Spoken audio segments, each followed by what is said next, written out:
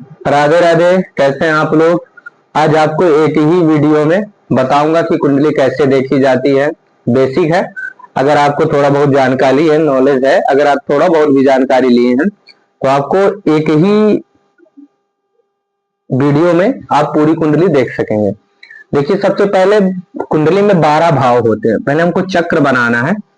Total कुंडली का जो रोल है, 90% कुंडली आपकी इस चक्र से देखी जाती है।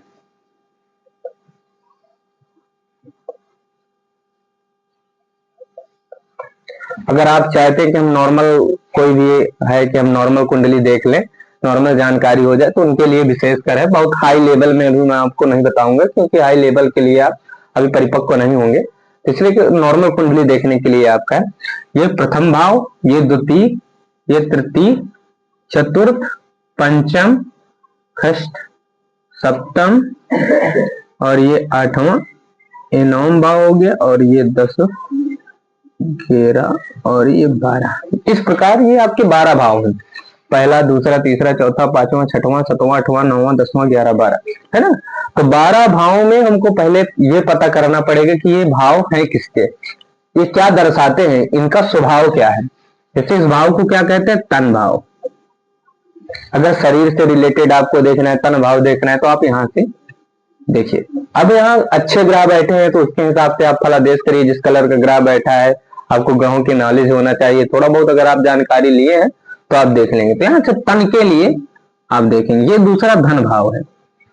अगर धन स्थान पर कोई ग्रह बैठा है, जैसे सूर्य बैठा हुआ है, शुक्र बैठा है, गुरु बैठा हुआ है ना, बुध बैठा हुआ है, तो इस प्रकार जिस भाव पर, जिस राशि पर बैठा है, उस राशि के हिसाब से आप धन का जो फलादेश है, यहाँ से आप विशेष रूप से कर सकते हैं।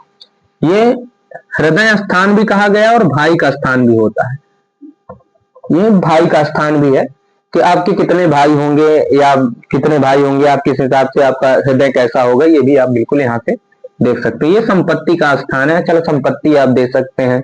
ससुराल पक्ष भी देख सकते हैं कि आपके यहाँ से धन मजबूत ससुराल होगी कि कमजोर ससुराल होगी, तो ये आप देख सकते हैं। ये पंचम स्थान जो है, ये सबसे विशेष होता है। कुंडली में पंचम स्थान का बहुत विशेष रोल है। यहाँ से अधिकतम कुंडली को देखिए, यहाँ से विद्या का भी स्थान है।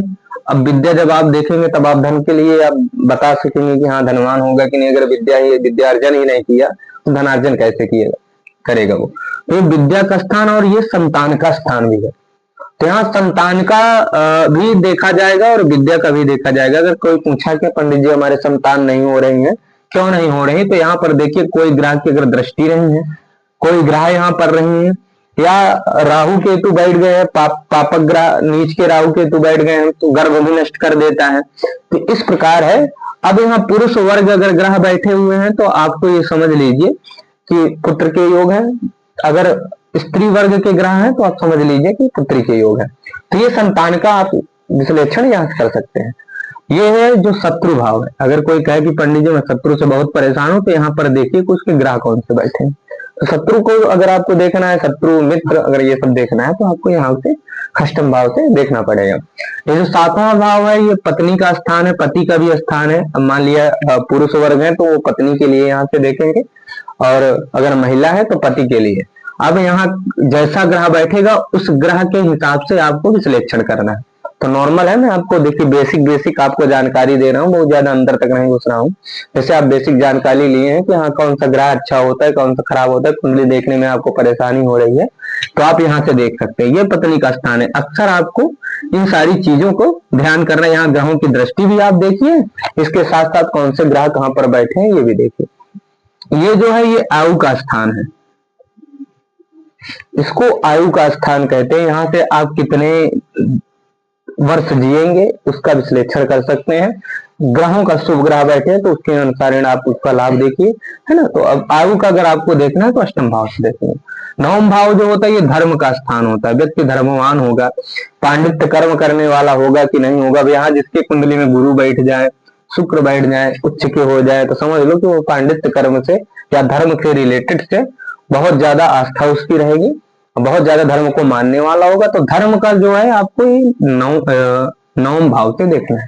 जो दसम भाव है, ये पिता का स्थान भी कहा जाता है, राज्य स्थान भी कहा जाता है।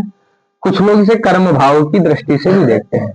तो ये तीनों का ये भी इम्पोर्टेंट है आपका, बहुत ज्यादा जरूरी केंद्र। वैसे 1 4 7 10 ये बहुत ज्यादा जरूरी है आपके विषय में। अगर यहाँ पर गुरु अगर आपकी कुंडली में बैठ जाए तो ये समझ लीजिए कि अगर उच्च का गुरु इन चारों घर में एक में कहीं भी बैठ जाए तो समझ लीजिए कि वो विशेष उसकी कुंडली है, बहुत ज्यादा विशेष है। तो गुरु अगर इन चारों घर में है तो ये समझ लीजिए किम कुर्वन्तु ग्रहा सर्वे जस्त केंद्र बृहस्पति, जिसके केंद्र में गुरु हो जाए, अगर सारे ग्रह भी गड़बड़ हो तो वो अकेले आपको थाम लेता है, मतलब अकेले अपना बल के अनुसार आपको उचित फल देता है। और ये जो है ये कर्म भाव है। व्यक्ति आलसी है या नहीं आलसी है, शनि मिल जाए, पापक ग्रह बैठ जाए, राहु बैठ जाए, केतु बैठ जाए, उच्च का रहे तो अच्छा फल देगा, नीच का रहेगा तो आपको गलत फल देगा। बाकी अगर अच्छे ग्रह इसमें बैठे हुए हैं तो आपका कर्म स्थान बहुत अच्छा होगा। और ये व्यय स्थान है, व्यक्ति कितना भ्रमण करता है, कहाँ व्यय करता है, ये यहाँ से ग्रहों की चाल। तो कहने का मतलब ये है कि आपको सबसे पहले देखना चाहिए कि हमारी कुंडली में हमको देखना किस चीज के विषय में क्या देखना है, उस विषय में अगर हमको देखना है तो कहाँ से देखें।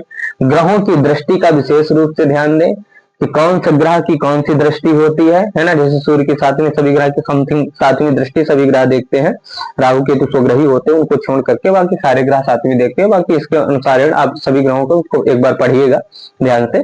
तो ग्रहों की दृष्टि भी देखिए, इसके हिसाब से आप विश्लेषण करिएगा। एक बार फिर से देख लिए, तन धन हृदय भाई जाया संपत्ति, ये संपत्ति का स्थान है। और संपत्ति के साथ साथ ससुराल पक्ष का भी आप यहाँ से देख सकते हैं, संतान विद्या, ये शत्रु है ना, और ये पत्नी, और ये आयु, और ये धर्म, और ये राज्य स्थान हो गया, पिता का स्थान भी हो गया, ये कर्म भाव हो गया, ये व्यय भाव हो गया।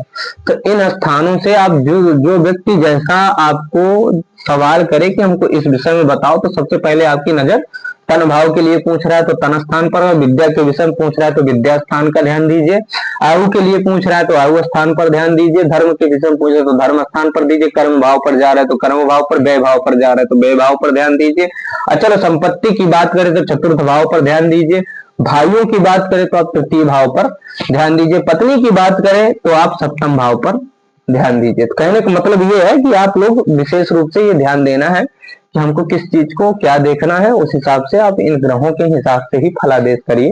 यदि आप इनको माइंड में रख लिए तो समझ लीजिए 90% आपकी ज्योतिष अच्छी जाएगी। इसके साथ साथ आपको दशा भी देखना है, विंशोत्तरी दशा है ना, ऐसी दशा है तो दशा के माध्यम से विश्लेषण करें, केवल केंद्र से ही विश्लेषण नहीं कर सकते। कुछ लोग नवमांश से भी देखते हैं, कोई चंद्रांश से भी देखता है, कोई लग्न से देखता है। ये लग्न कुंडली का मैंने आपको बताया है। ठीक, राधे राधे।